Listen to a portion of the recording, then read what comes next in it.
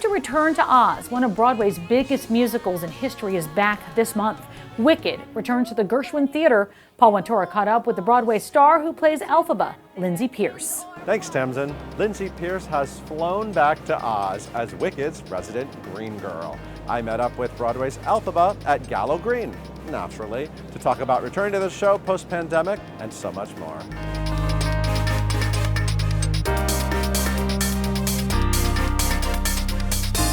You have an interesting story. Yeah. Because I feel like this was a dream role for you. Yeah. You got it. Yeah. You got on stage. You got to actually start doing it. And then the show just Sayonara. went away. Yeah. My debut date was the 25th of February, and then by the 12th of March, something like that, we all got texts and we were like, I guess we're not going to work. Did it almost feel like a dream? Like, did you feel like, Yeah. like, did I actually do that? Yeah. Was I in Wicked? Yeah, our stage manager, the amazing Mary Beth Abel, called and she was like, one day you're gonna do this, kid. She was like, you're gonna get in there and you're gonna do it. And I was like, it's fine, you know. We had no idea what it was gonna be. We had no idea what was happening. And it was really surreal. It was really, really surreal. And then, you know, everybody kind of like mass exodus out of the city and yeah. Tell me about this role. This is a challenging role. This is a dream role for many young actresses. Yeah. What was it like actually doing it? And what does it mean this time to be doing it again? And is it different for you? I feel like I've been singing this music since I was like 12, like in the backseat of like a sedan, just like screaming at the top of my lungs. And to go from that and like singing it elsewhere throughout my career and just as like, this is the song, if I really want to show off my chops, I'll sing, you know, The Wizard and I, or Defying Gravity.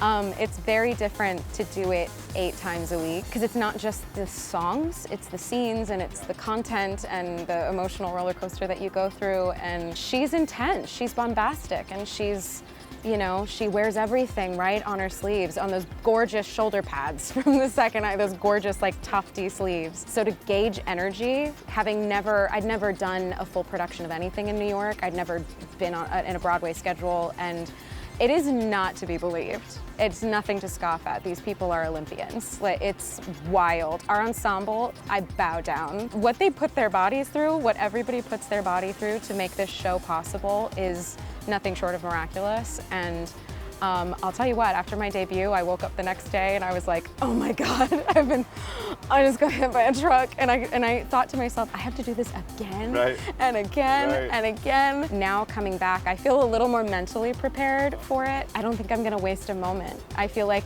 you can get really wrapped up in your experience of something and be like, it's really hard, or I'm really sad today, or I'm tired today. Whereas instead of seeing it as a drawback, I want to see things as an opportunity. So tell me, what is it actually like to be painted green and to fly, let's not reveal the secret, to fly at the end of Act 1 and to sing Defying Gravity and hit those notes? What is that actually like? It's for the surreal. Audience, it's intense. It's so I can really imagine what it's like for surreal. you. One, to sit, you know, people don't realize, one, how long it takes. And then it's not as long as some people think it takes to get green, but also not as quick as some other people think. It's about 30, 40 minutes depending on the day. And you don't move. You sit there and you get green. And so you're kind of in this meditative, almost like spa state where you're just like, Elphaba, and like just trying to like conjure her in. It's exhilarating. I mean, I'll never forget running out from the clock doors my first time and hearing the response of the audience. And I'm very afraid of heights, but I'll tell you what, I'm like, well, remains to be seen because I haven't flown again since the last time I did it.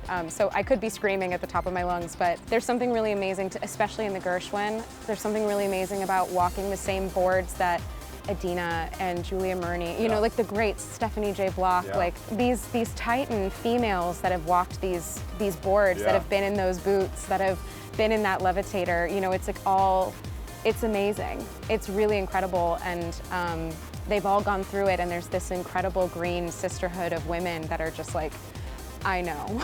I know what role you're playing. I see the green hairline. You're never alone.